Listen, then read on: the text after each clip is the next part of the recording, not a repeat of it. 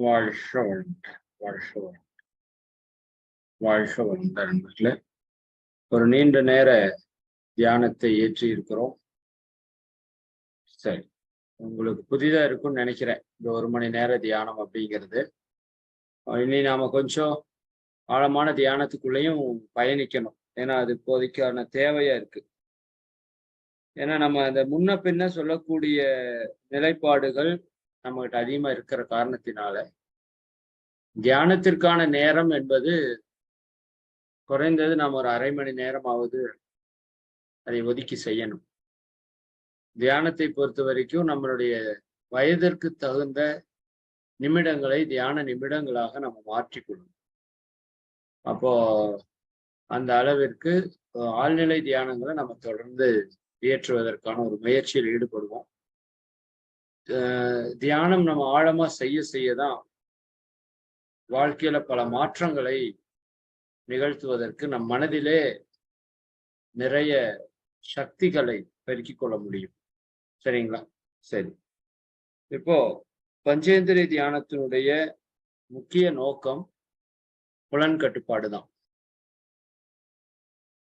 இந்த புலன்கள் கட்டுப்பாட்டுக்கு வந்துருச்சு அப்படின்னாவே ஆட்டோமேட்டிக்கா நம்ம கர்ம வினைகளை நம்ம சேர்க்கிற விஷயத்தை நிறுத்தி கொள்ள முடியும். 2வது, கழிக்கிறோமோ இல்லையோ சேர்ந்ததை, புரியுதா இல்லைங்களா? இப்ப புதுசா சேர்க்க வேண்டியதை நம்மளால ஸ்டாப் பண்ண முடியும்.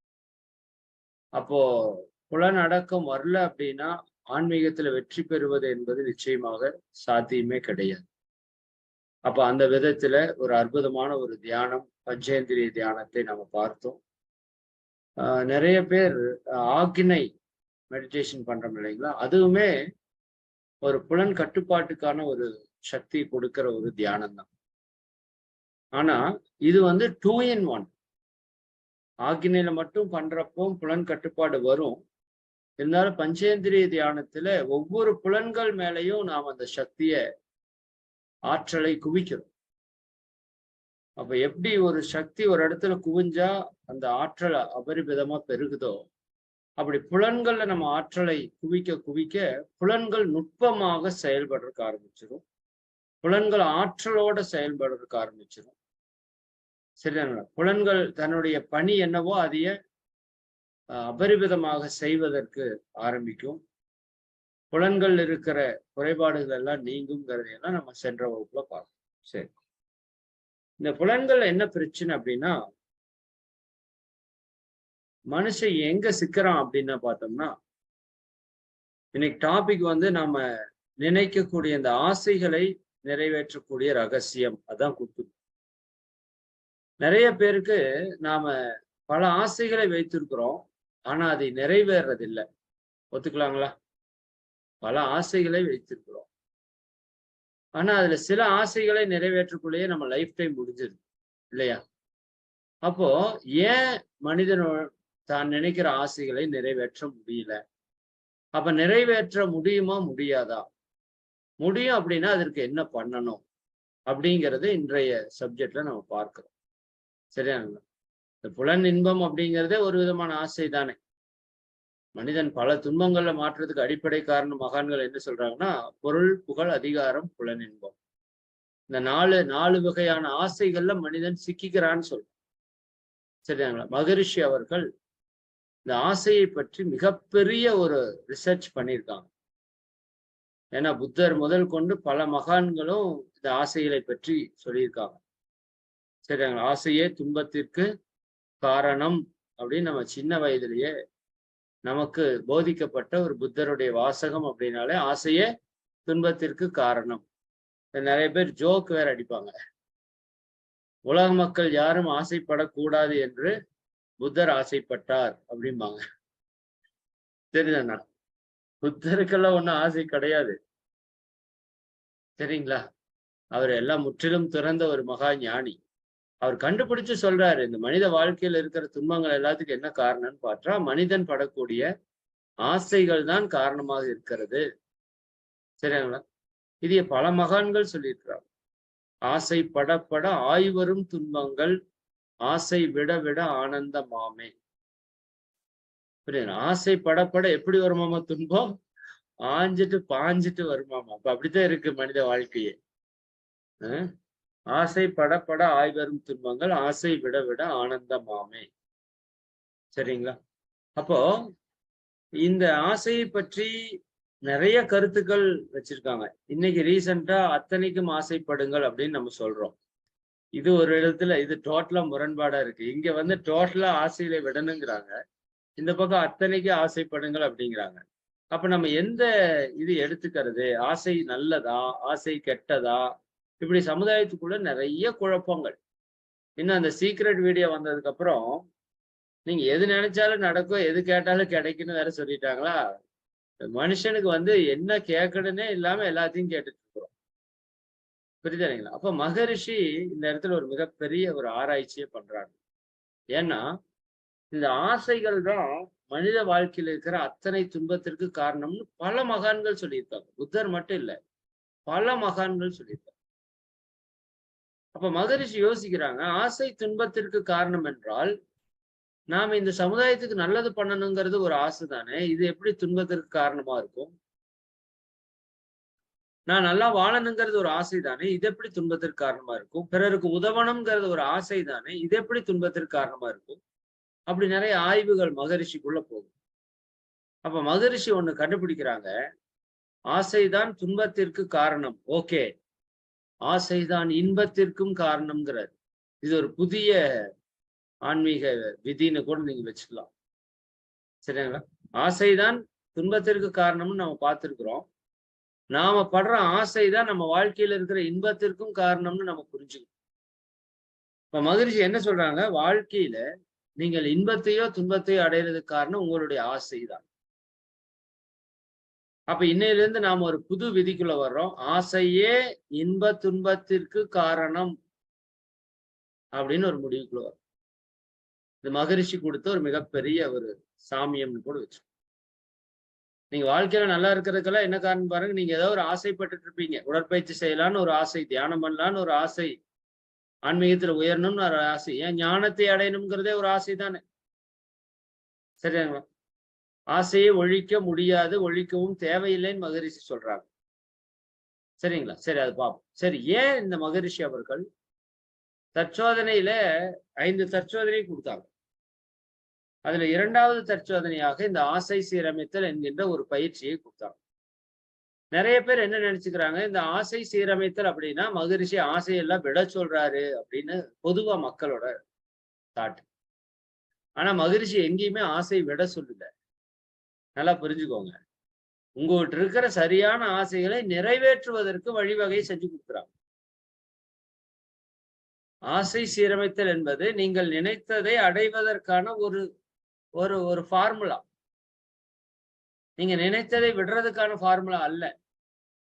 சரிங்களா? நீங்கள் நினைத்த நல்ல ஆசைகளை நீங்கள் இந்த பிறவியிலேயே அடையணும்னா அதற்கு என்ன ரகசியமோ அதைத்தான் ஆசை சீரமைத்தல கொடுத்துருக்குறாங்க. இது நமக்கு புரியல. சரிங்களா? ஆசை சீரமைத்தல் அப்படின்னா ஆசைகளை விடணும்னு இங்க எங்கேயுமே சொல்லல.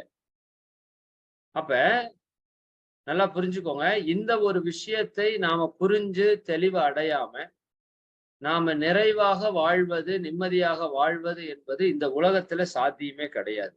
சாத்தியமே கிடையாது. அப்ப அந்த அளவிற்கு இது ரொம்ப ரொம்ப ரொம்ப ரொம்ப முக்கியமா நாம செய்ய வேண்டிய ஒரு பயிற்சி. அதற்கு முன்னாடி விளக்கத்தை மகிழ்ச்சி கொடுக்குறாங்க. ஏன் நம்ம லைஃப்ல இவ்வளவு துன்பத்தை நாம் அனுபவிக்கிறோம்? குறிப்பாக குடும்பத்தில ஏன் இவ்வளவு துன்பத்தை அனுபவிக்கிறோம்? சொசைட்டில ஏன் இவ்வளவு துன்பத்தை அனுபவிக்கிறோம்னா எல்லாத்துக்கும் அடிப்படையா இருக்கிறது நம்மளுடைய ஆசைகள் தான். சரி, இது கொஞ்சம் நல்லா புரிஞ்சுவாங்க. ரொம்ப கொஞ்சம் ஆழமான சப்ஜெக்ட். ஆனா புரிதல் வந்துருச்சு அப்படின்னா நிச்சயமா நீங்க எடுத்துக்கிறது வந்து எளிமையா எடுத்துக்க முடியும். சரிங்களா? ஆனா புரியணும். என்ன ட்ரிக் அப்படிங்கிறது புரிஞ்சாதான் இந்த பயிற்சி வந்து சக்சஸ் பண்ணும். இந்த பயிற்சி மட்டும் சக்சஸ் ஆயிருச்சு அப்படின்னா நம்ம லைஃப் எப்படி இருக்குங்க? நிறைவான ஒரு மனம் அப்படின்னு கேள்விப்பட்டிருக்கீங்களா? நிறை மனம். சரிங்களா? மனசு எப்படி இருக்கும்? நிறைவா இருக்கும். போதும் என்ற மனதோடு இருக்கும். இருக்கிறதுல நிறைவு கண்டு மகிழ்ச்சி ஆகக்கூடிய ஒரு மனமாக மாறும். இந்த இந்த பயிற்சியில சக்சஸ் ஆயிட்டா. அப்படி நீங்க நிறைவு ஆயிட்டீங்கன்னா உங்களுக்கு தேவையானது எல்லாமே தானாக உங்களை நோக்கி ஈர்க்கப்படும். அதுக்கு தடையா இருக்கிறத நம்ம கிட்ட இருக்கிற தேவையற்ற ஆசைகள். அதை பார்ப்போம். சரி, ஏன் மகரிஷி இது 2வது பயிற்சியில வச்சு இவ்வளவு இம்பார்ட்டண்டா சொல்றாங்க அப்படின்னா, மனித வாழ்க்கையில வர்ற எல்லா துன்பத்திற்கும் அடிப்படையான விஷயமா இருக்கிறது ஆசைதான். குறிப்பாக துன்பங்களை 6 விதமா நம்ம பிரிச்சிருக்கிறோம் இல்லைங்களா? 6 விதமான துன்பங்கள்னு நம்ம பார்க்கிறோம். காமம், குரோதம், லோபம், மோகம், மதம், ஆச்சரியம், 6 தீய குணங்களை நம்ம பேசிட்டோம் இல்லையா? சரி, இந்த 6 தீய குணங்கள் எங்கிருந்து உற்பத்தி ஆகுது அப்படின்னு நீங்க ஆராய்ச்சி பண்ணீங்கன்னா, ஆசை அளவுக்கு மீறும் போது அதை பேராசை என்று சொல்கிறோம். இதை வேணா எழுதி வச்சுக்கோ. மகரிஷி சொல்றாங்க, இந்த ஆசைதான் இந்த 6 தீய குணங்களாகவும் மாற்றம் பெறுகிறதுன்னு சொல்றாங்க. ஆசை அளவு முறை மீறும் போது அது என்னவாகுது? பேராசையாக மாறுகிறது. 1. சரிங்களா? பேராசை பெரு நஷ்டம் நமக்கு நல்லா தெரியும். 2வது சினம். சினம் எப்படி உருவாகுது? இந்த ஆசை தடைப்படும் போது நாம நினைக்கிறோம், அந்த ஆசை தடைப்படும் போது அந்த தடையை நீக்குவதற்காக ஒரு பெரும் முயற்சி நமக்குள்ள நடக்குது பாருங்க, அதுதான் சினம், கோபம். சரி, நாம் ஒண்ணு சொல்றோம், அதை செய்ய வேண்டாம்னு இன்னொருத்தவங்க இன்னும் சொன்னாங்கன்னா உடனே நமக்கு கோபம் வருது. சரியா? அப்ப நம்முடைய ஆசை எங்கெல்லாம் தடைப்படுதோ, ஒரு பொருள் வாங்கி வச்சிருக்கீங்க, ஒரு 2000 ரூபாய் 5000 ரூபாய்க்கு ஒரு பொருள் வாங்கி வச்சிருக்கிறீங்க. அப்ப அந்த பொருள் நீங்க ஆசைப்பட்டு வாங்கிய பொருள், அது யாராவது ஒருத்தர் கீழே போட்டுட்டா உடனே நமக்கு வருது பாருங்க பயங்கரமான கோபம். ஏன்? இந்த ஆசைப்பட்ட பொருள் மேல நாம வச்சிருக்கிற அந்த பற்று. சரிங்களா? அப்ப ஆசைதான் பேராசையா மாறுது. அந்த பேராசையை நம்ம சரியா கட்டுப்படுத்தல அப்படின்னா, அந்த ஆசை முடிப்பதற்கு அது யாராவது தடையா இருந்தாங்கன்னா அது சினமாக மாற்றம் பெறுகிறது. சரிங்களா? சரி, கடும் பற்று. இந்த ஆசைப்பட்ட பொருள் எனக்கே வேணும்னு நம்ம பிடிச்சிருந்தா அதுக்கு பேர் என்னங்க? கடும் பற்று. இந்த இடத்துலதான் இன்னைக்கு மனித இனம் பெரும்பாலான மனிதர்கள் சிக்கிட்டு சித்திரவதை அனுபவிக்கிறது. இந்த இடத்துலதான், இந்த பற்றுக்குள்ளதான். கடும் பற்று. ஆசைக்கு வேறு பெயர்ல மிக முக்கியமான ஒரு பெயர் பற்றுன்னு பேர். பற்றுனாலே ஆசைதான். சரிதானுங்களா? ஆசைக்கு நிறைய பெயர்கள் இருக்கு. பற்றுனாலே ஆசைதான். அப்ப அந்த பற்று எப்படி இருக்கு? கடுமையா இருக்கு. இது என்னுடையது. சரியா? அப்ப எங்கெல்லாம் பற்று இருக்கிறதோ அங்கெல்லாம் இறைவன் உன்னுடையதுன்னு துன்பத்தையும் கொடுப்பான். நாம் அதை பத்தி விளக்கமா பார்ப்போம். ஏன்னா இதுல மகரிஷி அவ்வளவு விஷயங்களை ஆசை சிரமத்துல சொல்லி வச்சுட்டு போயிட்டாங்க. ஆனா நம்ம புரிதல்ல எந்த அளவுக்கு இருக்குதுங்கிறதுதான் தெரியாம இருக்கு. சரி, அப்புறம்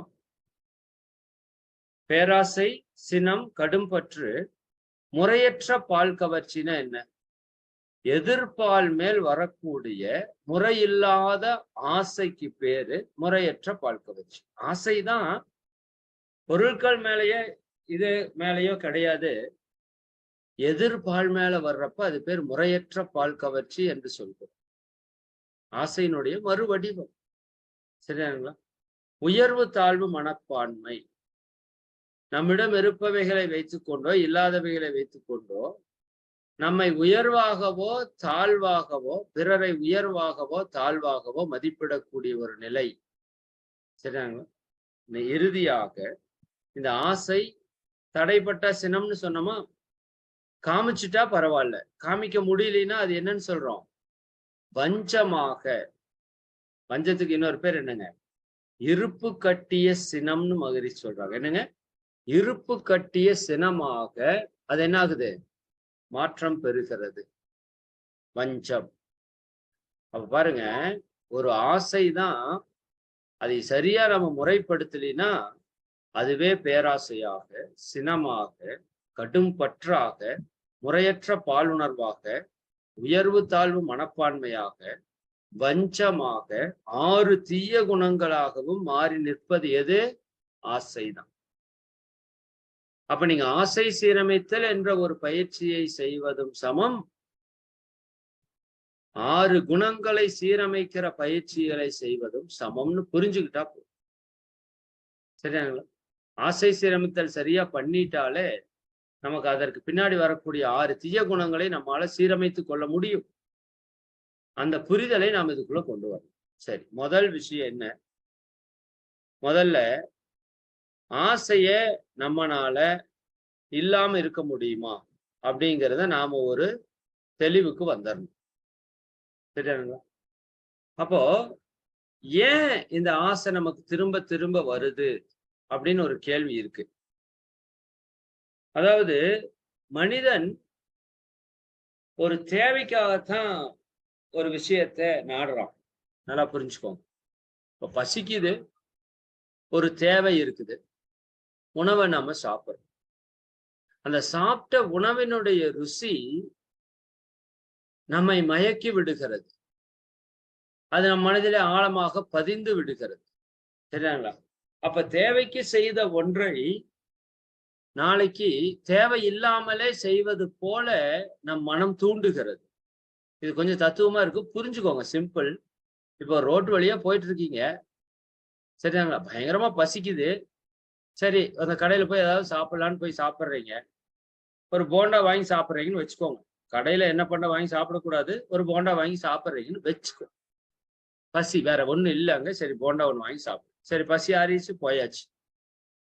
இப்போ அந்த போண்டா சாப்பிட்றப்ப ஒரு டேஸ்ட் இருக்குல்ல, அது உங்க நாக்குல பிரிண்ட் ஆயிடுச்சு. செம்மையான டேஸ்ட். கூட வேற சட்னி ஏதாவது கொடுத்துட்டாங்களா, சும்மா மறக்க முடியாத அளவுக்கு டேஸ்டா ரெக்கார்ட் ஆயிடுச்சுன்னா, நாளைக்கு அதே வழியா நீங்க கிராஸ் பண்றப்ப உங்களுக்கு பசியே இருக்காது.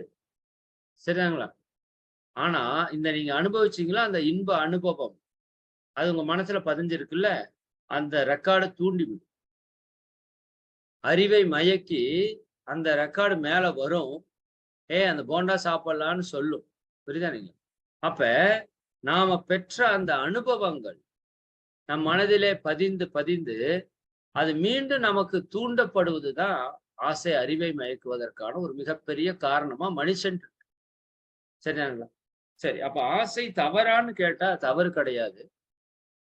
தேவையான இடத்துல ஆசையை நீங்க வைத்துக் கொள்ளலாம். இன்னும் நல்ல ஆசைகளை நீங்க வைத்து உயர்த்தி அதை அச்சீவும் பண்ணலாம். தேவையில்லாத ஆசைகளை நம்மிடமிருந்து வெளியேற்றுவது. அப்ப ஆசையே துன்பத்திற்கு காரணம்னு நீங்க சொல்லிட்டு அதை அக்செப்ட் பண்ணிட்டீங்கன்னா நீங்க சரியான வழியில போகலின்னு அர்த்தம். ஆசை துன்பத்திற்கு காரணம், ஆமா. ஆசைதான் இன்பத்திற்கும் காரணம்னு நீங்க தீர்க்க தரிசனமான ஒரு பார்வைக்குள்ள வரணும். மகரிஷி என்ன சொல்றாங்கன்னா, உயிர் வாழ்வது என்பதே ஒரு ஆசை தானே. இப்ப ஆசையை ஒழிக்கணும்னா நீங்க வாழவே கூடாது. சரிங்களா? மகரிஷி ஆசையை ஒழியுங்கன்னு சொல்லல, கவலையை ஒழியுங்கன்னு சொன்னாங்க. ஆசையை ஒழியுங்கன்னு சொல்லல, ஆசையை சீர் அமைத்து கொள்ளுங்கள்னு சொல்றாங்க. நாம அருகுண சீரமைப்பு பார்த்தோம்ல, சீராக இருந்தது, இப்ப சீர் இல்ல. புரியுதாங்களா? கட்டடம் சீராக இருந்தது, இப்ப சில இடங்கள்ல ஓட்டை, சில இடங்கள்ல விரிசல், இப்ப சீர் இல்ல. இப்ப மறுபடியும் அதை சீரமைக்கிறீங்க. இப்ப கட்டடத்தை சீரமைப்பது போல நம்முடைய ஆசைகளை நம்ம சீரமைத்துக் கொள்கிறோம். நாம தாவரமாக இருந்த போது நம்முடைய ஆசைகள் சீராக இருந்தது. சரிதானுங்களா? அப்ப நாம முற்பிறவியில் இருந்த போது நம்முடைய ஆசைகள் சீராக இருந்தது. தேவைக்குத்தான் அந்த உயிர்கள் வாழ்ந்தது, தேவையில்லாம அவைகள் வாழல. புரியுதா இல்லைங்களா? அப்ப நாம மனித பிறவி வந்ததுக்கு அப்புறம் அறிவுல மயக்க நிலை வந்ததால எதுக்கு ஆசைப்படணும், ஏன் ஆசைப்படணும்னு தெரியாமையே ஆசைப்படுறதுக்கு ஆரம்பிச்சு. இன்னும் குறிப்பா இந்த குறுகிய காலத்துல உலகமயமாக்கல், இந்த மொபைல் போன் இதெல்லாம் வந்ததுக்கு அப்புறம் உலகமே நம்ம கைக்குள்ள வந்துருச்சு. அன்னைக்கு குடும்பமே உலகமாக இருந்தது ஒரு காலம். இன்னைக்கு உலகமே நம்மளுடைய குடும்பமாக மாறிவிட்டது ஒரு காலம். அப்ப மனிதனுடைய அறிவு இப்போ விரியும் போது அவனுக்கு எல்லா ஆப்ஷன்ஸுமே கைக்கு வருது. அப்ப எதை வாங்கணும், எதை வாங்கக்கூடாது, எதை செய்யணும், எதை செய்யக்கூடாது, ஒண்ணுமே தலகால் புரியாத ஒரு வாழ்க்கையாக இன்னைக்கு போயிட்டு இருக்கிறதா இன்னைக்கு குடும்பத்துல இவ்வளவு பிரச்சனைக்கு காரணம். அந்த காலத்துல இவ்வளவு வாழ்க்கை வசதிகள் எல்லாம் கிடையாது. ஆனா மக்கள் நிறைவா மகிழ்ச்சியா இருந்தாங்க. ஆனா இன்னைக்கு இவ்வளவு வாழ்க்கை வசதிகள் கிடைச்சும் நம்ம நிறைவா மகிழ்ச்சியா இல்லைன்னா என்ன அர்த்தம்? சரியா? நம்ம மனதிற்கு இன்னும் அந்த தெளிவு வரல, அந்த பக்குவ நிலை வரல. அந்த இடத்துலதான் மகரிஷி அவங்க நம்முடைய வாழ்க்கையை சீரமைக்கிறாங்க. ஆசை சீரமைத்தல் அப்படிங்கிற பயிற்சி மூலமா. சரி, அந்த ஆசைக்கு நிறைய பெயர்கள் இருக்குதுன்னு சொன்னேன். விருப்பம், அவா, வேண்டுதல், வேட்கை, பற்று, காமியம், இச்சை. சரிங்களா? அப்போ இது எல்லாமே ஆசைக்கு இருக்கிற வேறு பெயர்கள். இதுல எங்க யார் எதை பத்தி பேசினாலும் ஆசையை பற்றி தான் பேசுறாங்கன்னு நீங்க புரிந்துகிட்டா சரி. சரிங்களா? சரி, இப்ப ஆசையில மிக முக்கியமான ஒரு 3 டாபிக். அதுதான் இதனோட உயிர் நாடி. ஆசையை 3 விதமா நம்ம முன்னோர்கள் பிரிச்சாங்க. ஒன்று மண்ணாசை, பெண்ணாசை, பொன்னாசை. சரிங்களா? இது எடுத்துட்டு தான் அவங்க பேசுறாங்க. ஆசை அருமின்கால், ஆசை அருமின்கால், ஈசனோடாயினும் ஆசை அருமின்கால். ஆசையை விட்டுருங்க, ஆசையை விட்டுருங்க. நீங்க சிவனோட, இறைவனோட இணைந்து நிற்கிற போது ஆசையை விட்டுருங்க. ஏன்னா ஆசை படப்பட ஆய்வரும் துன்பங்கள் ஆசை விட விட ஆனந்தமாமே. சரிங்களா? ஒரு ரஜினி பாட்டுல கூட வரும் நல்ல ஒரு வரி.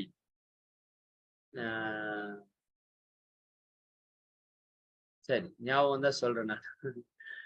அது நல்ல வரி. இந்த ஒருவன் ஒருவன் முதலாளி பாட்டுல. சரிதானுங்களா? நீங்க எல்லாருமே பார்த்திருப்பீங்க. சரிதானுங்களா? அந்த பாட்டை ஒரு முறை கேளுங்க. ஆசை சீரமைத்துல அப்படியே ஒரு பாட்டா மாத்தி கொடுத்தா எப்படி இருக்குமோ அந்த பாட்டு முழுக்க அப்படியே இருக்கும். சரிதானுங்களா? சரி, அப்போ மகான்கள் என்ன சொல்றாங்க? மண்ணாசை வேண்டான்னு சொன்னாங்க. ஏன் வேண்டான்னு சொன்னாங்க? ஏன் வேண்டான்னு சொன்னாங்க? அன்னைக்கு மண்ணிற்காக நிறைய போர்கள் நடந்தது. நல்லா புரிஞ்சுக்கோ. அங்க வீரத்தை நீங்க காமிக்கணும்னா இங்கிருந்து அந்த நிலப்பரப்பு வரைக்கும் பிடிக்கணும், இந்த நிலப்பு வரைக்கும் ஆட்சி செய்யணும். சேர சோழர் பாண்டியர்கள் வெளிநாடு இதெல்லாம் வந்து என்ன பண்ணாங்கன்னா மக்களை நிலத்தை பிடித்து அடிமைப்படுத்தினாங்க. அப்ப இதனால பல துன்பங்கள், பல உயிரிழப்புகள் நடந்தது. அதனால ஔவையார் முதல் கொண்டு பலர் வந்து போருக்கு எதிராக இருந்தார். புத்தர் முதல் கொண்டு. ஓகேவா? அப்ப மண்ணாசை வேண்டாம். சரிதானுங்களா? ஏன்னா மண்ணிற்காக ஆசைப்பட்டு நிறைய போர்கள், நிறைய துன்பங்களை இந்த சமுதாயம் மண்ணின் மீது மனிதனுக்கு ஆசை, மனிதன் மீது மண்ணுக்கு ஆசை. மண் தான் கடைசியில் ஜெயிக்கிறது, இதை மனம்தான் உணர மறுக்கிறதுன்னு வரும் அந்த பாட்டுல. சரிதானுங்க? நமக்கு மண்ணு மேல ஆசை, மண்ணுக்கு நம்ம மேல ஆசை. எதுதான் ஜெயிக்குது? பல தலைமுறை பார்த்துட்டு இருக்கு இல்லையா? எத்தனை பேர் உள்ள போயிட்டோம். சரிதாங்க? அப்ப அது மேல பெரிய ஆசையை பற்ற வைக்க வேண்டாம். அதே மாதிரி பொண்ணுக்காக எத்தனை போர்கள். சரிதானுங்களா? எத்தனை போர்கள் இந்தியா மேல படையெடுத்து வந்ததுக்கு அடிப்படை நோக்கமே என்ன? இங்க இருக்கிற செல்வ வளங்களை பறித்து அபகரித்து செல்வதற்காக. இப்ப பொன்னாசை இந்த உலகத்திலே பல துன்பங்களை ஏற்படுத்தி இருக்கு. இன்னைக்கும் பல துன்பங்களை ஏற்படுத்தி கொண்டே இருக்கிறது. மண்ணாசையும் சரி, பொன்னாசையும் சரி. பெண்ணாசை, பெண்களுக்காக நடந்த போர்கள் ஏராளம். இப்ப ரீசெண்டா கூட ஒரு படம் வந்தது இல்லையா? ஒரு ஹிந்தி படம் ரீமேக் வந்தது. சரிதானுங்களா? பெண்ணிற்காக போர்கள், பல போர்கள் நடந்திருக்கு. சாதாரணமான விஷயமா இல்ல. சரிதானுங்களா? ஏன் ராமாயணம் எதனுடைய வெளிப்பாடு? பெண்ணாசையினுடைய வெளிப்பாடு. ஓகேவா? அப்ப பெண்ணிற்காக, பொன்னிற்காக, மண்ணிற்காக நிறைய போர்கள், நிறைய துன்பங்கள் மனித வாழ்க்கையில. சரிங்களா? அப்ப இந்த 3 ஆசையையும் வேண்டாம் அப்படின்னு சொல்லி மகான்கள் சொன்னாங்க. மகான்கள் மேல தவறு சொல்லு. சரிங்களா? மகரிஷி என்ன சொல்றாரு? மண் மீது பெண்ணுடைய துணையோடு பொன்னை கொண்டுதான் வாழுகின்றோம். மண் மீது பெண் துணையால் பொன் கொண்டே வாழுகின்றோம். யோசித்து பாருங்க. மண்ணாசை வேண்டாம்னா மண்ணை விட்டுட்டு எங்க போய் வாழ்வீங்கன்னு மகரிஷி கேட்கிறார். பெண்ணாசை வேண்டாம்னா பெண்கள் இல்லாம இந்த சமுதாயம் எப்படி இயங்கும்? நீங்க எப்படி வருவீங்க? எப்படி வாழ்வீங்க? சரியா? ஒரு சகோதரியாக, ஒரு வாழ்க்கை துணையாக, ஒரு தாயாக, ஒரு மகளாக, புரியுதா இல்லைங்களா? இந்த அளவுல ஒரு தோழியாக எத்தனையோ இடங்கள்ல அந்த பெண்ணினுடைய நன்மையை, சேவையை பெற்றுதான் நம்ம வாழ்கிறோம். அப்ப பெண்ணாசை இல்லாம வாழ முடியுமானா முடியாது. பொன்னாசை இல்லாட்டி சாப்பாட்டுக்கு என்ன பண்ணுவீங்கன்னு கேக்கு. உண்ண உணவு, உடுத்த உடை, இருக்க இருப்பிடம், வாழ்க்கை வசதி எல்லாமே பொண்ணு பொருள் தானே. அப்ப 3யுமே ஒழிக்கணும்னு சொல்றீங்களா? இது சரியான்னு மகரிஷி கேட்கிறார். அப்ப மண் மீது பெண் துணையால் பொன் கொண்டே வாழுகின்றோம். மாற்றுவதேன் மூவாசை. ஏன் நீங்க மாத்தணும்னு முயற்சி பண்றீங்க? மதிக்கொண்டே பயன் கொள்வோம். இது ரொம்ப முக்கியமான ஒரு வார்த்தை. மகரிஷி ஏன் மாத்துறீங்க விட்டுருங்கன்னு சொல்லல, பயன்படுத்திக்கங்கன்னு சொல்லல. உங்களுடைய அறிவை பயன்படுத்தி மதிக்கொண்டே பயன் கொள்வீர். அது ரொம்ப அந்த மதிங்கிற வார்த்தை ரொம்ப. உன்னுடைய அறிவை பயன்படுத்தி நீ நன்மையை பெற்றுக்கொள். சரிதானே? மண்ணாசை இல்லாம வாழ முடியுமா? சொல்லுங்க.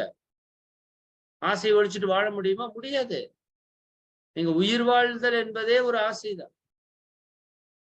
இன்னும் ஆசை எப்ப நிறைவாகும் தெரியுங்களா? இப்ப ஆசைகளை சீரமைக்கிறோம். எப்ப நிறைவாகும் தெரியுமா? இறைவனுக்கு ஒரு ஆசைன்னு நம்ம முதல்ல பார்த்தோம். இறைவனுக்கு தன்னை உணர வேண்டும் என்று ஒரு ஆசை. தன்னுடைய பேராற்றலையும் பேரவையும் உணர வேண்டும்னு ஒரு ஆசையினுடைய வெளிப்பாடுதான் இந்த பிரபஞ்சம், இந்த உயிர்கள், நீங்க, நானு எல்லாம். அப்ப இறைவன் தன்னை உணர்வதற்காகத்தான் இறை துகளாகி, பஞ்சபூதங்களாகி, நட்சத்திரங்கள், கோள்களாகி, 5 அறிவு உயிர்களாகி, 6வது அறிவாக மனிதனாக வந்திருக்கான். அப்ப இங்க பிரபஞ்சத்தில் இருக்கிற எல்லா ஆசைகளுக்கும் மூல ஆசை தன்னை உணர்தல் என்கின்ற ஆசை. உங்களுக்கும் எனக்கும் அதுதான் ஆசையும் கூட. சரிங்களா? அப்ப இறைநிலையினுடைய ஆசை எங்க நிறைவேறுது? உங்ககிட்ட எங்கிட்ட நிறைவேறுது. அது நிறைவேறுகின்ற வரைக்கும் உங்களுக்கு முழு நிறைவு கிட்டாதுங்கிறத நம்ம பல இடங்கள்ல சொல்லிட்டோம். சரிங்களா? அப்ப இறை தன்மைக்கு என்ன ஆசை? தன்னை உணர வேண்டும். அதே ஆசைதான் உங்களுக்கு எனக்குள்ளயும் இருக்கு. Self realization. It's God realization. 2 ஒண்ணுதான். கடவுளை உணர்வதும் தன்னை உணர்வதும் ஒண்ணுதான். அப்ப அந்த ஆசை, நம்ம எல்லா ஆசைக்கும் அடிப்படையான ஆசை என்ன ஆசை? தன்னை உணரணுங்கிற ஒரு ஆசைதான். அந்த ஆசை நிறைவேறாம மற்ற எந்த ஆசையும் உங்களால் முழு கட்டுப்பாட்டுக்குள்ள கொண்டு வர முடியாது. அதனாலதான் அந்த உலக இன்பங்களிலே உங்களுக்கு ஆசையில அளவு முறை வேணும்னா நீங்க துரியாதீத தவத்திலே நிலை பெற்று பழக வேண்டும். அது அடுத்த தியானமா உங்களுக்கு கொடுக்க இருக்கிறோம். சரிங்களா? அந்த தியானம் கொடுத்தா வெரி பவர்ஃபுல். அதனால அதற்கு முன்னாடியே இந்த 4 அகத்தாய்வு பயிற்சி உங்கள்கிட்ட சொல்லிடணுங்கிறதுக்கு தான் அதை சொல்லிட்டு. துரியாதீத தவம் எடுக்கணும்னா 4 அகத்தாய்வையும் நம்ம கொஞ்சமாவது செஞ்சு நம்ம கிட்ட இருக்கிற தேவையற்ற குணங்களை முறையாக வெளியேற்றி. சரி, துரியாதீதம் அருகுண சீரமைப்புக்கு உதவும் தான், இல்லைன்னு சொல்லல. ஆனா அந்த தீட்சையை நீங்க பெறணும்னா இந்த பயிற்சிகளை முறையாக செய்து பெறணும். அப்பதான் அந்த உணர்வை நம்மால பெற முடியும். துரியாதீத தவம் ஒன்னே போதுங்கிறார் மகரிஷி. எதுக்கு சாமி இத்தனை தவங்களை கொடுத்துருக்கிறீங்க அப்படின்னா, அது ஒவ்வொருத்தவங்களுக்கும் ஒவ்வொரு விதமான நாட்டமா இருக்கும். அதனால அந்த தவங்களை கொடுத்துருக்குறோம். சில சிறப்பு நிலைகளை வச்சு தவத்தை கொடுத்துருக்குறோம். ஆனா எல்லா தவத்தையும் பண்ணணும்னு நான் சொல்லல. தவம்ங்கிறது என்ன? ஒரு ஃப்ரீக்வன்சி லோ பண்ணணும், அவ்வளவுதானே. துரியாதீதம் என்கின்ற ஒரு தவம் போதும் மனித வாழ்க்கைக்குன்னு மகரிஷி பேசியிருக்காங்க. அந்த ஒரு தவத்தை சரியா செஞ்சாலே நம்ம லைஃபுக்கு என்னென்னவெல்லாம் நடக்கணுமோ எல்லாமே நடக்கும். சரிங்களா? அப்ப அந்த ஒரு துரியாதீதத்தை நம்ம பெறதுக்கு ஒரு தகுதி வேணும் இல்ல? அப்ப இந்த 4 அகத்தாய்வு பயிற்சிகள் என்று சொல்லக்கூடிய பயிற்சிகளை நாம் சரியாக முறையாக செய்து நம்மை தூய்மைப்படுத்தி கொள்ளும் போதுதான் அந்த துரியாதீத தவம் நன்கு வேலை செய்யும். இல்லாட்டி கற்பனையா தான் அந்த துரியாதீதத்தை நம்ம செயல்படுத்துற மாதிரி இருக்கு. சரிங்களா? அப்ப மகரிஷி என்ன சொல்றாங்க? ஆசைகள் தான் நல்லதுக்கும் காரணம். என் உடம்ப நல்லா வச்சுக்கணும், என் குடும்பத்தை நல்லா வச்சுக்கணும், நல்லா தொழில் செய்யணும், 4 பேருக்கு நல்லது செய்யணும், ஒரு 1000 பேருக்கு இந்த பயிற்சிகளை கொண்டு சேர்க்கணும்னு நீங்க நினைக்கிறதெல்லாம் கெட்ட ஆசையா? இல்ல, அதெல்லாம் நல்ல ஆசை. அப்ப ஆசைகள 2 விதமான ஆசை. நல்ல ஆசை, கெட்ட ஆசை, 2 ஆசை. சரிங்களா? அந்த நல்ல ஆசைகளை நீங்க மதிக்கணும்னு சொல்றாரு மகரிஷி. நல்ல ஆசைகளை நீங்க மதிக்கணும். சரிங்களா? தவறான ஆசைகளை உங்களை விட்டு விலக்கணுங்கிற.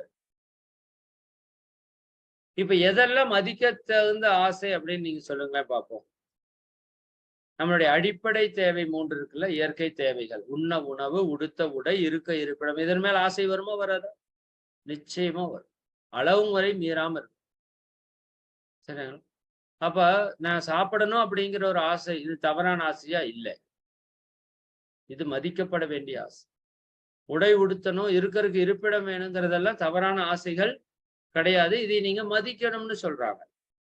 நம்முடைய வாழ்வினுடைய முன்னேற்றத்திற்கு தேவையான ஆசைகள், நம்ம வாழ்க்கையை உயர்த்தி கொண்டு வருவதற்கு தேவையான ஆசைகள் எல்லாம் மதிக்கப்பட வேண்டிய ஆசைகள். இன்னும் நம்முடைய வாழ்க்கை இறையுணர்வு பெறணும் அப்படின்னு நீங்க நினைக்கிற ஆசை மதிக்கப்பட வேண்டிய ஆசை. இன்னும் சமுதாயத்திற்கு நல்லது செய்யணும்னு சில ஆசைகள் இருக்கும். அதையெல்லாம் நீங்க மதிக்கணும். இதெல்லாம் நல்ல ஆசைகள், மதிக்கப்பட வேண்டிய ஆசைகள். சரி, அப்ப இந்த மதிக்கப்பட வேண்டிய ஆசைகளை, அதற்கு நான் ஒரு அட்டவணை சொல்றேன், பின்னாடி நான் கடைசியா சொல்வேன். அந்த அட்டவணையில போடணும். அதற்கான வசதி, வாய்ப்பு, சூழல் எல்லாமே அமைந்த போது நீங்க அதை ஒவ்வொன்றாக நிறைவேற்றி கொண்டே வரணும். முதல்ல எது மதிக்கப்பட வேண்டிய ஆசைகள் அப்படின்னு நம்ம முதல்ல புரிஞ்சுக்கணும். சரியானுங்களா? சரி, அப்ப இந்த ஆசைதான் என்னவா மாறுதுன்னு சொன்னோம்? பேராசையாக மாறுதுன்னு சொன்னோம். நமக்கு ஒரு தேவை உருவாகுது. அப்ப நீங்க போய் கடையில சாப்பிடுறீங்க. இது ஆசை. இப்போ அந்த புலன்கள் அந்த டேஸ்ட்ல மயங்கி இன்னும் வேணும், இன்னும் வேணும்னு செய்து பாருங்க. இதுதான் பேராசை. பசிக்குதுன்னு உட்கார்றீங்க, 4 இட்லி சாப்பிடுறீங்க, ஓகே. ஆனா சட்னி சாம்பார் ரொம்ப நல்லா இருக்குது அப்படிங்கிற காரணத்துக்காக நீங்க 5 இட்லியோ 6 இட்லியோ சாப்பிட்டீங்கன்னா இது பேராசைன்னு அர்த்தம்.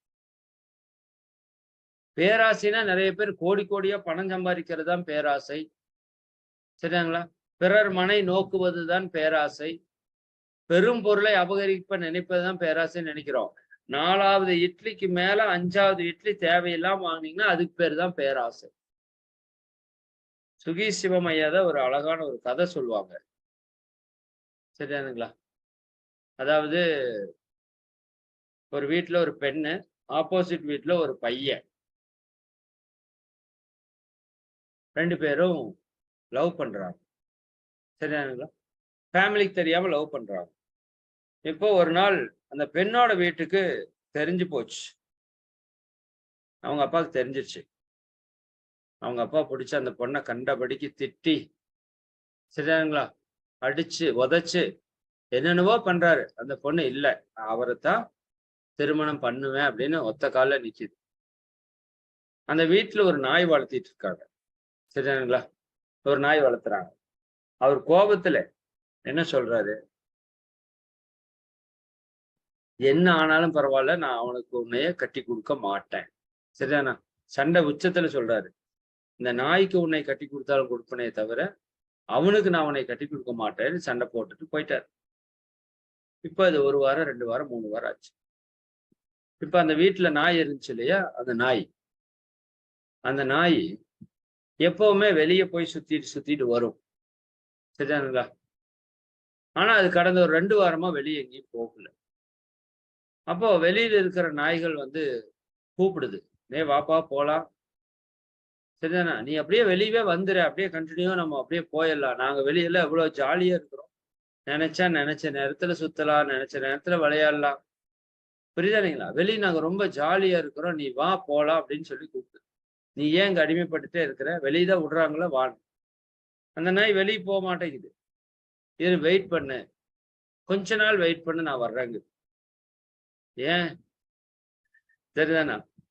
அப்ப அந்த நாய் சொல்லிச்சாமா, என்னப்பா என்ன இருக்குது, ஏன் கொஞ்ச நாள் வெயிட் பண்ணுன்னு சொல்றேன்னு கேட்டதுக்கு அந்த நாய் சொல்லிச்சாமா, எங்க ஓனர் சொல்லி இருக்கிறாரு, சரிதானா, இந்த நாய்க்கு உன்னை கட்டி கொடுத்தாலும் கட்டி கொடுப்பேன், எழுத்து விட்டு நாய்க்கு கட்டி கொடுக்க மாட்டேன்னு சொல்லியிருக்கிறாரு. கொஞ்ச நாள் வெயிட் பண்ணு, அவர் எனக்கு கல்யாணம் பண்ணி கொடுக்குறாரான்னு பார்ப்போம். சரியாங்களா?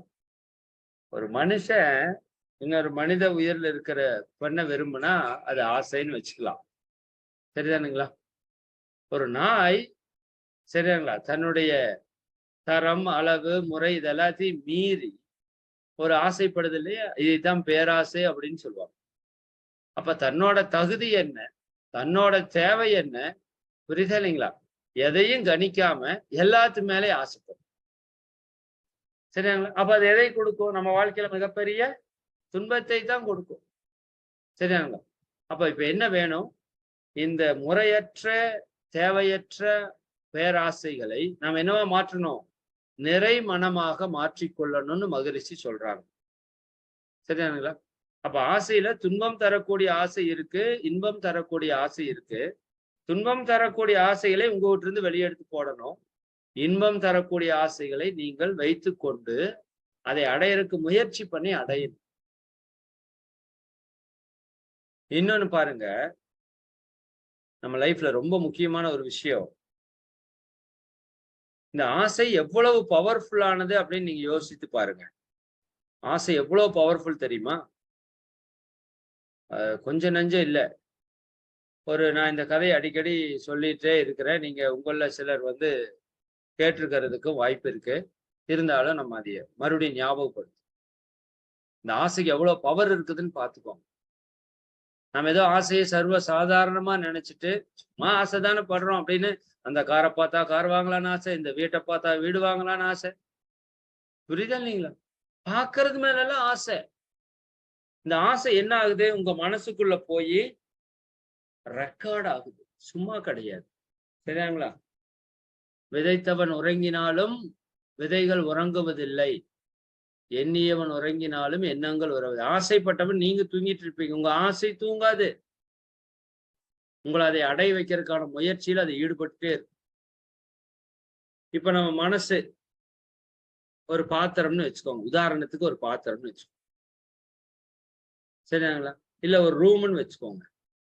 அந்த ரூமுக்குள்ள உங்க வீட்டுல இருக்கிற ஒரு ரூம், அந்த ரூமுக்குள்ள நாம ஒரு 5 பேர் இருந்தா அந்த ரூம் எவ்வளவு ஃப்ரீயா இருக்கும்? ஃப்ரீயா இருக்குமா இல்லையா? ரொம்ப ரிலாக்ஸா ஃப்ரீயா இருக்கும். இதே அந்த ரூமுக்குள்ள ஒரு 50 பேர் அடைச்சிங்கன்னா எப்படி இருக்கும்? கொஞ்சம் டைட்டா இருக்கும், நிக்கிறதுக்கு தான் இடம் இருக்கும், மற்றபடி கஷ்டம். இப்ப அதுக்குள்ள ஒரு 100 பேர் அடைச்சிங்கன்னா என்ன ஆகும்? சரியாங்களா? ரொம்ப சிரமப்பட்டு அந்த இடம் இருக்கும், அங்க நீங்க நகரக்கூட முடியாது.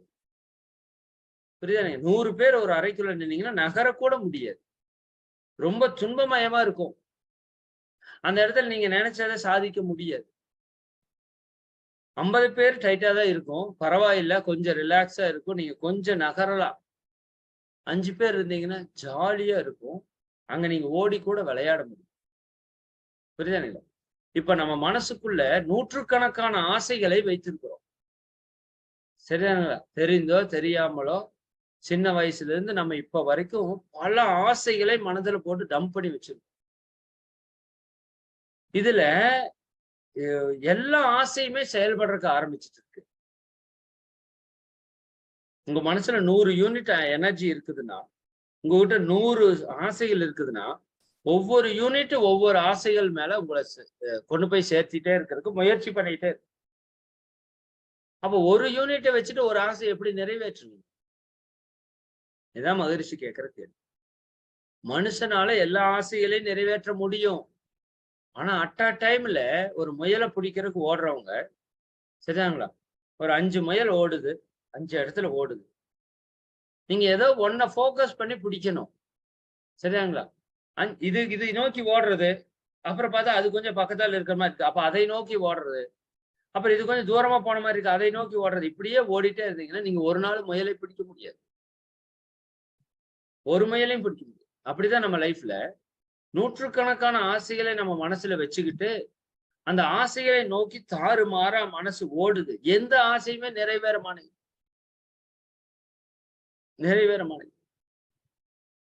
என்ன காரணம்? அத்தனை ஆசைகளை நீங்க போட்டு டம்ப் பண்ணி வச்சிருக்கீங்க. மனசு ஸ்ட்ரெஸ்ஸா இருக்கு, மனசு கவலையா இருக்கு, எப்ப பார்த்தாலும் மன சோர்வா இருக்கு, கோபமா இருக்கு. என்ன காரணம்? மனம் பாரமா இருக்கு. எதை போட்டு பாரம் பண்ணி வச்சிருக்கீங்க? தேவையற்ற ஆசைகள் எல்லாத்தையும் போட்டு அது அப்படியே பாரமா வச்சிருக்கு. சரியானுங்களா? மகரிஷி என்ன சொல்றாங்க? மனித வாழ்க்கையில இந்த கருமையம்னு ஒண்ணு இருக்குல்ல, கருமையம். அந்த கருமையம் தான் நம்மளோட பிளாக் பாக்ஸ். சரி, எப்படி ஃபிளைட்ல ஒரு பிளாக் பாக்ஸ் இருக்குமோ அப்படி நம்மகிட்ட ஒரு கருமையம் இருக்கு. அந்த கருமையத்துல நம்ம பண்ண அத்தனையுமே ரெக்கார்டா இருக்கு. நல்லா புரிஞ்சுக்கோங்க. அத்தனை ரெக்கார்டும் கருமையத்தில் இருக்கு. சரியாங்களா? அப்ப அந்த கருமையம் கெட்டு போறதுக்கு என்ன காரணம் தெரியுங்களா? பல காரணங்கள் இருக்கு. அந்த கருமையத்தில் எப்படி இருக்குதோ அப்படித்தான் நமக்கு எண்ணங்கள், சொற்கள், செயல்கள் எழுச்சி பெற்று செயல்பாட்டுக்கு வரும். அப்ப அந்த கருமையம் கெட்டு போறதுக்கு என்னப்பா காரணம்னு கேட்டா மகரிஷி ஃபர்ஸ்ட் ரீசன் சொல்றாங்க. உங்ககிட்ட இருக்கிற நிறைவு பெறாமல் இருக்கிற ஆசைகள் தான் உங்களுடைய கருமையத்தை களங்கப்படுத்துகிறதுன்னு சொல்ற. அப்ப இந்த நிறைவு பெறாமல் இருக்கிற ஆசைகளின் கூட்டத்தை நீங்கள் வெளியேற்றாமல் உங்கள் கருமையத்தை நீங்கள் தூய்மை செய்ய முடியாது. கருமையத்தை தூய்மை செய்யாமல் உங்களுடைய பிரச்சனைகள் அத்தனைக்கும் தீர்வை காண முடியாது. நாம துன்பப்படுவது சாத்தியம்தான், நிச்சயமா. எப்போ கருமையம் கலங்கப்பட்டிருக்கிறோம். அப்ப கருமையத்தை தூய்மைப்படுத்துறதுக்கான முதல் செயல் என்ன? உங்கள் மனதில் இருக்கிற தேவையற்ற ஆசைகளைத்தான் நீக்க சொல்றேன். நல்லா புரிஞ்சுக்கோங்க. ஆசை எல்லாத்தையும் ஒழிக்க சொல்லல. சரியாங்களா? தேவையில்லாத ஆசைகளை நீக்கிருங்களேன். புரியுதா? அப்ப என்ன ஆகும்? ஆட்டோமேட்டிக்கா தேவை இருக்கிறதுக்கான இடம் இருக்கோ, தேவை இருக்கிறத நிறைவேற்றுவதற்கு சக்தியும் இருக்கும். புரியுது இல்லைங்க? அதனால ஒரு கதை சொல்லுவாங்க. இந்த ஆசை எவ்வளவு மோசமானதுங்கிறத நீங்க புரிஞ்சுக்கிறதுக்காக இந்த கதையை சொல்லுவாங்க. அதாவது ஒரு ஞானி, இது ரொம்ப சின்ன கதை, ஆனா ரொம்ப ஆழமான ஒரு கதை, புரிதலுக்கு எடுத்துக்கோங்க. ஒரு ஞானி தன்னுடைய சீடர்களை கூப்பிட்டு ஒரு ராஜாவோட அரண்மனைக்கு செல்கிறார். எதுக்கு? ராஜா நீண்ட நாட்களாக ஒரு விருந்து கொடுக்கணும்ங்கிறதுக்காக கூப்பிட்டு இருக்கார். இவங்க எல்லாருமே பயணிக்கிறாங்க. 8 மைல் தூரத்தில் இருக்கு அரண்மனை. சென்று எல்லாரும் திருப்தியா உணவு அருந்திட்டு, சரிங்களா? அப்ப சுவாமிகள் சாப்பாடெல்லாம் சாப்பிட்டுட்டு ஒரு பாயாசம் ஒரு டம்ளர் இருந்தது குடிக்காம வச்சுட்டாரு. சரிங்களா? அப்ப அவர் எந்திரிச்சு கை கழுவுறதுக்கு வந்துட்டாரு. அப்ப அந்த ராணி அம்மா அந்த பாயாசம் எடுத்துக்கொண்டாந்து, சாமி இந்த பாயாசம் வச்சுட்டீங்க, குடிச்சிங்க அப்படின்னு சொல்றாங்க. அவர் என்ன சொல்றாரு? சரி அங்க வையுங்கம்மா, நான் கை கழுவிட்டு வந்து குடிச்சுக்கிறேன் அப்படின்னு சொல்லிட்டு அவர் போறாரு. போன இடத்துல எல்லாரும் கூட பேசிட்டு இருப்போமா, ராஜா கூட எல்லாரும் கூட பேசிட்டே இருந்துட்டு அந்த பேச்சு வாக்குலயே அங்கிருந்து கிளம்பி ரிட்டர்ன் வந்துட்டாங்க. 7 மைல் வந்தாச்சு. 1 மைல் தான் இருக்கு ஆசிரமத்துக்கு. 7 மைல் ரிட்டர்ன் வந்தாச்சு. இப்ப வந்தவர் என்ன பண்ணிட்டாரு? திடீர்னு திரும்பி மறுபடியும் அரண்மனைக்கு போயிட்டாரு. குரு போறாரு, பின்னாடி சீடர்கள் எல்லாருமே போறாங்க. ஏதோ காரணம் இருக்குமில்லன்ட்டு தான் போறாங்க. போனவரு கை கழுவின இடத்துக்கு போனாரு. ஒரு பாயாச டம்ளர்ல அப்படியே இருக்குது பக்கத்தால. சரிங்களா? அதை எடுத்து குடிச்சிட்டு ரிட்டர்ன் நடந்து வந்துட்டாரு. 7 மைலு, 1 மைல்ல ஆசிரமம், return 7 mile, return 7 mile, 14 mile நடக்க வச்சிருக்காரு. சரிங்களா? கூட வந்தவனுக்காவது ஒரு டம்ளர் பாயாசம் வாங்கி கொடுத்துருக்கலாம், அதுவும் பண்ணல. அதுல ஒருத்தருக்கு மிகப்பெரிய கேள்வி, எல்லாத்துக்குமே கேள்வி. ஒருத்தர் துணிஞ்சு கேட்டாரு, ஏங்க குருவே, இங்கிருந்து ஆசிரமம் 1 மைல் தொலைவில் இருக்கு. அங்க போயிட்டு நீங்க பாயாசம்னு கேட்டிருந்தா ஒரு சட்டி நிறைய பாயாசத்துக்கு கூட நாங்க வச்சு கொடுத்துருப்போம்.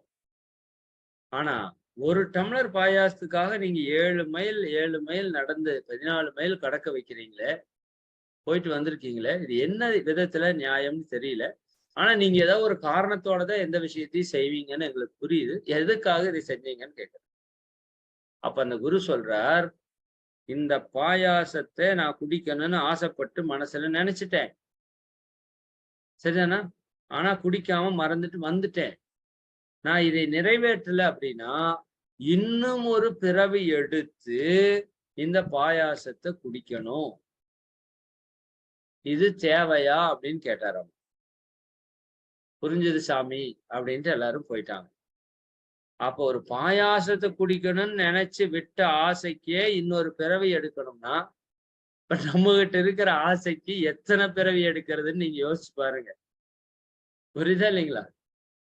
எத்தனை பிறவி எடுக்கிறது? இதுக்கா வந்திருக்கிறோம் இங்க? சரிங்களா? அப்ப எது நம்மளுடைய ஆன்ம முன்னேற்றத்துக்கு தடையா இருக்குது? நீங்க நினைச்சதெல்லாம் நடக்கிறதுக்கு எது தடையா இருக்குது அப்படின்னு கேட்டா, நம்ம மனதில் இருக்கிற தேவையற்ற ஆசைகள் தான் தடையா இருக்கு. புரியுதுங்களா? அப்ப அந்த தேவையற்ற ஆசைகள், தேவையுள்ள ஆசைகளை நிறைவேற்றுவதற்கு விடாது. ஒரு கம்பெனில 10 பேர் வேலை செய்றான். 5 பேர் நல்லா வேலை செய்றான், 5 பேர் தவறா வேலை செய்றான்னா, இந்த தவறா வேலை செய்றவன நீங்க நீக்கலன்னு வச்சுக்கோங்க. சரிதானுங்களா? அது நல்லா வேலை செய்றவனையும் சேர்த்து கெடுத்துரும். அதுதான் நம்ம மனசுல நடந்தது. அப்ப நம்ம மனதில் இருக்கிற ஆற்றல்கள் எல்லாம் எல்லா ஆசைகளுக்கும் பகிர்ந்து, பகிர்ந்து போய், போய் ஒரு ஆசையும் நிறைவேற மாட்டேங்குது.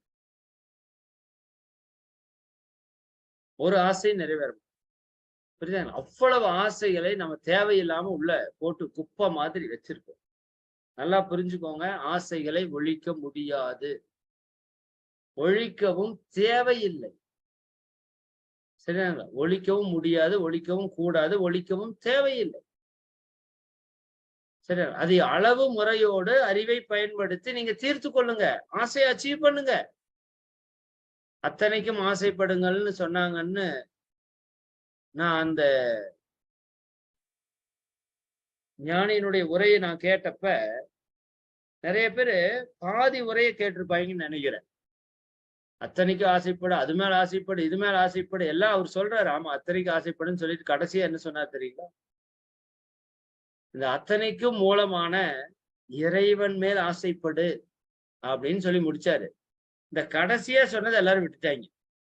கார் மேல ஆசைப்படு, வீடு மேல ஆசைப்படு, கம்பெனி மேல ஆசைப்படு, பணம் மேல ஆசைப்படு, நகை மேல ஆசைப்படு, எல்லாம் சொன்னவரு கடைசியா சொன்னாரு, எல்லாத்திற்கும் மூலமான இறைவன் மேல ஆசைப்படு, முடிஞ்சது. சரிதானுங்களா? அதாவது ஒரு ராஜா தன்னோட நாட்டு மக்களுக்கு எல்லாத்துக்கும் அவரோட பிறந்த நாளுக்கு பரிசு குடுக்குறாரு. எல்லாரும் வாங்க, உங்களுக்கு என்னவெல்லாம் வேணுமோ கேளுங்க, நான் பண்ணி தரேன் அப்படின்னு சொல்றாரு. எல்லாரும் வர்றாங்க. வந்தவங்க எல்லாம் அவங்களுக்கு என்னென்னவெல்லாம் தேவையோ கேட்கறாங்க. எல்லாத்தையுமே ராஜா குடுக்குறாரு. வாங்கிட்டு ரொம்ப சந்தோஷமா போறாங்க. அதுல ஒரு பொண் மட்டும் வந்துட்டு, ராஜா என்ன வேணும்னு கேட்கிறாரு. எனக்கு ஒண்ணும் வேண்டாம். நான் உங்கள கல்யாணம் பண்ணிக்கணும் அப்படின்னு சொல்லுது அந்த பொண்ணு. சரிதானுங்களா? சரின்னு அந்த ராஜா என்ன பண்ணிட்டாரு, அந்த பொண்ண கல்யாணம் பண்ணிட்டாரு. ஓகே. யோசித்து பாருங்க. வந்தவங்க எல்லாம் இது வேணும், அது வேணும்னு வாங்கிட்டு போனாங்க. இந்த பொண்ணு யாரையவே கேட்டுருச்சு. ராஜாவையே தன்னதாக மாற்றிக் கொண்டது. சரிதானா? அப்ப அத்தனை அரச மரியாதையும், மதிப்பும், அதில் இருக்கிற பொருள் இன்பமும் யாரு அனுபவிக்க முடியும்? இந்த பொண்ணு அனுபவிக்க முடியும். புரியுதா இல்லைங்களா?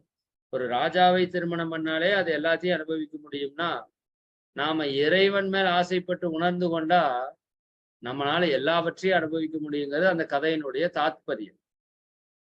சரிங்களா? அப்ப அத்தனைக்கும் ஆசைப்படுங்களுக்கு அடிப்படையா இருக்கிற விஷயம் என்னன்னா, எல்லாவற்றுக்கும் மூலமா இருக்கிற இறைவன் மேல் ஆசைப்பட்டா, சகலமும் உங்க வாழ்க்கையில வந்து சேரும். ஏன்னா அந்த இறைவன் தானே எல்லாமாக இருக்கிறான். எல்லா உயிர்களாக, எல்லா பொருட்களாக இருக்கிறது அவன் தானே. புரியுதா இல்லைங்களா? அதனாலதான் இறை இன்பத்தை நோக்கி நாம செல்லணும்னு சொன்னான். சரி, அப்ப என்ன பண்ணணும்? மகரிஷி இன்னொரு மிக முக்கியமான விஷயம் சொல்றாரு. உறவிலே கண்ட உண்மை நிலை தெளிவே துறவு என்று சொல்கிறார். இதுவரைக்கும் துறவுக்கு இப்படி ஒரு டெபினேஷன் யாருமே கொடுத்ததே எனக்கு தெரியுது. துறவுனா துறந்துட்டு போறது, சாமியாரா சன்னியாசியா போறது. அப்படி அல்ல. உறவிலே கண்ட உண்மை நிலை தெளிவே துறவு என்று சொல்கிறார். நாம வாழ்க்கையில உயிர்களோடும் பொருள்களோடும் தொடர்பு கொண்டு இயங்குகிறோம் இல்லையா? நிறைய நபர்களோட, நிறைய பொருட்களோட தொடர்பு கொள்றோம். அப்ப அந்த தொடர்பு கொள்றதனுடைய தன்மையை நாம புரிஞ்சுட்டு, அதனுடைய உண்மையை புரிந்து கொண்டு, அளவு முறையோடு அந்த தொடர்பை நம்ம வைத்துக் கொள்ளணும். சரியாங்களா? பொருட்கள்ல இருந்து விலகிறதுங்கிறது இல்ல. எண்ணத்திலிருந்து நீங்கள் விலகி நிக்கணும்னு சொல்றாங்க. இது கொஞ்சம் நுட்பமான விஷயம், நல்லா புரிஞ்சுக்கோங்க. அந்த இன்ப நுகர்ச்சியிலே சிக்கிக்கொள்ளாத நிலையை தான் துறவுன்னு சொல்றாரு. சரியாங்களா? மகரிஷி அழகா சொல்லுவாங்க. அடுப்புல பால் கொதிக்குது. கீழே இறக்கி வைக்கணும் நீங்க. அப்ப என்ன பண்ணணும்? சரியாங்களா? ஒரு துணி எடுத்து பயன்படுத்தி கீழே வைக்கணும், சரிதான். அதற்குன்னு அந்த துணிய நீங்க எப்பவுமே கையில தூக்கிட்டே இருப்பீங்களா? மகிழ்ச்சி கேட்கிறேன். கரித்துணி எப்பவுமே கையில வச்சிருப்பீங்களா? இல்ல. அதை பயன்படுத்துறப்ப இறக்கி வச்சிருப்பீங்க, அப்புறம் விட்டுருவீங்க. சரிதானா? அது போல எல்லாவற்றையுமே என்ன தேவை, எங்கு தேவை, எந்த முறையில தேவையோ அந்த அளவுக்கு பயன்படுத்திட்டு விட்டுருங்கன்றார். படுத்து தூங்குறதுக்கு தலையணை தேவைதான். அதுக்குன்னு தலையணை தூக்கிட்டே 24 மணி நேரம் சுத்த வேண்டிய அவசியம் இல்ல. ஏதோ பிரபுதேவா ஒரு படத்துல தலையணை தூக்கிட்டே போய் எல்லா பக்கம் சுத்துவார். அவர் லவ் பண்ற பொண்ணு அந்த தலையணை வச்சு கொஞ்ச நேரம் உட்கார்ந்துட்டு இருக்கும். புரியுதா இல்லைங்களா? அப்ப எல்லாத்திற்குமே ஒரு லிமிட் இருக்கு. சரியாங்களா? அப்ப அந்த துறவு அப்படிங்கிறது பொருளிலிருந்து விடுபடுற நிலை அல்ல. அதைத்தான் பற்றுன்னு மகான்கள் சொல்றாங்க. சரியாங்களா? எந்தெந்த பொருளிலெல்லாம் உங்களுக்கு பற்று இருக்கிறதோ அந்தந்த பொருளில் இருந்தெல்லாம் உங்களுக்கு துன்பம் வரும்னு சொல்றாங்க. அந்த குறளை நீங்க முன்னாடி நான் சொல்லியிருக்கிறேன், ஞாபகப்படுத்துறேன். ஆசை சீரமைத்தலோட தொடர்பு கொண்ட ஒரு மிகப்பெரிய குறள். யாதனின் யாதனின் நீங்கியான் நோதல் அதனின் இளன். சரியாங்களா? ஒருவன் எந்தெந்த பொருட்களிலிருந்து தன்னை விடுவித்துக் கொள்கிறானோ அந்தந்த பொருட்களிலிருந்து அவனுக்கு துன்பம் வராது. நீங்க எந்தெந்த பொருள் எல்லாம் போய் சிக்கி இருக்கிறோமோ அந்தந்த பொருள் இருந்தாலும் நமக்கு துன்பம் வரும். இது ஒரு மிகப்பெரிய டாபிக். இது நான் உங்களுக்கு அடுத்த வகுப்புல இதை கண்டினியூ பண்றேன். ஏன்னா அந்த பற்றுங்கிறது நீங்க புரிஞ்சுக்கிட்டா அடுத்த செகண்டே உங்களுக்கு அப்படி ஒரு லிபரேஷன் கிடைக்கும், ஒரு விடுதலை கிடைக்கும். இந்த ஆசை சிரமத்தில் பயிற்சி முழுக்க முழுக்க நம்முடைய ஆன்ம விடுதலைக்கான பயிற்சிங்கிறது நீங்க எப்பவுமே மறக்க கூடாது. சரியாங்களா? இந்த சப்ஜெக்ட் நான் இந்த வகுப்புல கண்டினியூ பண்றேன். இதோட நிறைவு பண்ணிக்கிறேன். டைம் ஆயிடுச்சுன்னு நினைக்கிறேன். அடுத்த வகுப்புல இதனோட கண்டினியூட்டி இருக்கும். அதுல கிளியர் கட்டா இந்த ஆசை சீரமைத்தலுக்கான அடிப்படை ஆணி வேறா இருக்கிற ஒரு 2 விஷயங்கள் உங்களுக்கு சொல்றேன். அது புரியாம உங்க லைஃப்ல பிரச்சனைகள் தீராது. ஒன்று, பற்றை பற்றிய தெளிவான புரிதல். அந்த புரிதல் வந்துருச்சுன்னா யாருமே உங்களை பாதிக்க மாட்டாங்க. யாரோட ஆக்டிவிட்டி உங்களை பாதிக்காது. புரியுதா? 1. 2, நம்முடைய எதிர்பார்ப்புகள் எப்படி துன்பமாக மாறுகிறதுங்கிறது நீங்க புரிஞ்சுக்கணும். அதை புரிஞ்சுக்கிட்டீங்கன்னா தான் எதிர்பார்ப்பற்ற மனோநிலைக்கு நம்ம வருவோம். அப்படி வந்துட்டோம்னாலும் லைஃப் ஹாப்பி தான். ஓகேங்களா? இந்த 2ஐயும் சொல்லிட்டு அடுத்த வகுப்புல அந்த ஆசை சீரமைத்தல் பயிற்சியை நம்ம செய்யறோம். சரிங்களா? இந்த பயிற்சி செஞ்ச அடுத்த க்ஷணமே உங்க மைண்ட் எப்படி இருக்கும் தெரியுமா? சரியாங்களா? அப்படியே என்ன சொல்றது, காற்றில் மிதக்கிற மேகங்கள் போல நம்ம மனசு அப்படியே மிதக்கிற காரணம். ஏன்னா அவ்வளவு ஆசைகளை நம்ம மனதுல போட்டு இறுக்கி வெயிட்டா வச்சிருக்கிறோம். சரிதானுங்களா?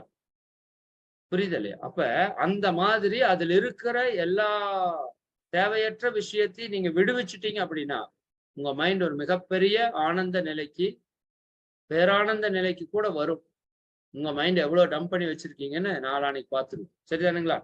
சரி, உங்களுக்கு நாளைக்கு மிக முக்கியமான ஒரு விஷயம். சரி, நான் உங்களை வாழ்த்திட்டு இந்த அறிவிப்புகள் சொல்றேன். மிக்க மகிழ்ச்சி. அனைவருக்கும் நன்றி. அனைவரும் அருட்பேர் ஆற்றல் கருணையினால் உடல் நலம், நீலாயுள், நிறை செல்வம், உயர் புகழ், மெஞ்ஞானம் ஓங்கி, இறை உணர்வு, அறநெறி, கல்வி, தனம், தானியம், இளமை, வலிவு, துணிவு, நன்மக்கட்பேர், அறிவிலுயர்ந்தோர் நட்பு, அன்புடைமை, அகத்தவம், அழகு, புகழ், மனித மதிப்புணர்ந்து ஒழுகும் பண்பு, பொறையுடைமை எனும் பேறு 16 பெற்று பெருவாழ்வு வாழ்க. வாழ்க வளமுடன், வாழ்க வளமுடன், வாழ்க வளமுடன், வாழ்க வளமுடன். மிக்க மகிழ்ச்சி.